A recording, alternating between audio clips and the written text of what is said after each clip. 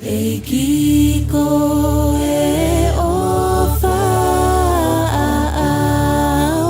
koe moana loloto peanga lohi foki ai e kungahi angahia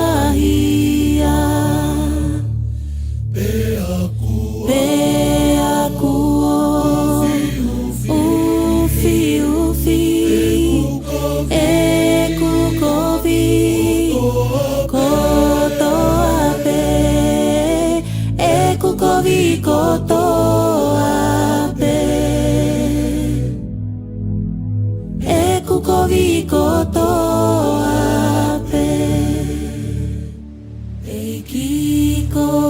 e ofa'au koe moana loloto peanga lohi foki ai e kungahi angahia